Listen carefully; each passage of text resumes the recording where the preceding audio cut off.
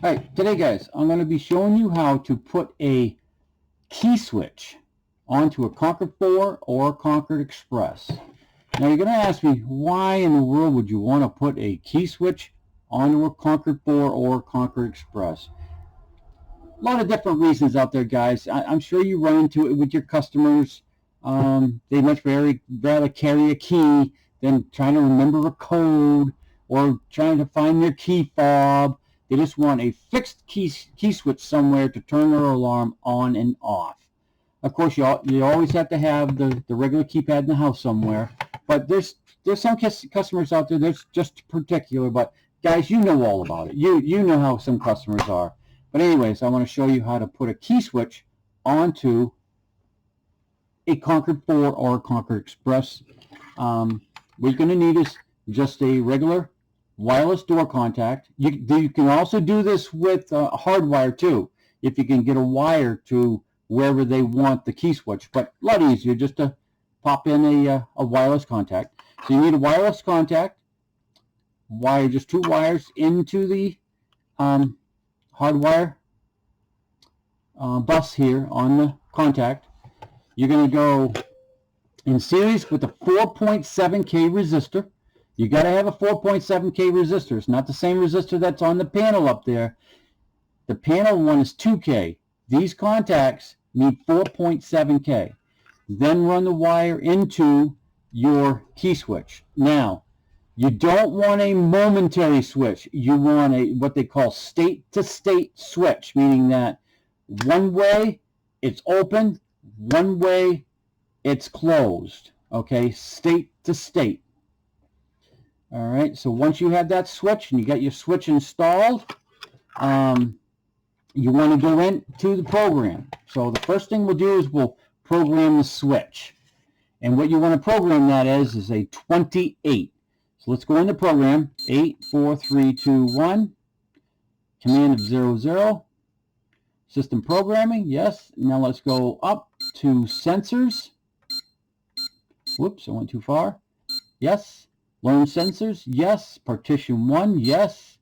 Sensor group, you want to make it a 28. Say yes. You don't want to trip 1 because that's a hard wire. You want to go to 9. 8, so trip sensor 9. I'm going to hit the tamper. And that is now programmed. I'm going to put the cover on so it doesn't go into trouble. So now, hit the star. Keep on going back until you get the system programming. Now, I don't know how to get over to that key switch thing, but the quick way to do it is hit pound 0015. That's your quick set. It's in page 49 of the manual. But anyways, transition. You don't want transition. That's when you got a bump, you know, a spring back key switch. You want state, so you want to hit 2. That's from state to state. So hit the number 2, hit pound. Now go up 1, key switch sensor. That is 09. So you put in 09, pound. So now your key switch sensor is zone 9. We're all set. Get out of program. Pound. Now the first time it actually arms, it may take you to hit your switch a couple times to get it so it knows what's going on. So I'm going to, right now it's disarmed. I'm going to hit it up. All right, now you hit it down, armed away. All right, now the customer comes home, they put the key in, they turn it the other way. System is now off. Now the reading, they put the key in, they turn it to you. You're going to have to mark it for them. Whoops. Hang on. I lost you guys. I come back to my... There we go. You're going to have to mark it on the wall for them, on or off, whatever direction. So they go and they want to arm it. They put the key in, throw it the other way. Armed away. They want to turn it off, put the key in, throw the key the other way. Take the key out, put it in their pocket, on their way. But that way, when they look on the wall, it says on and off, they can know for sure that their system is on or off. Again, you hit the switch. One way, you hit the switch the other way.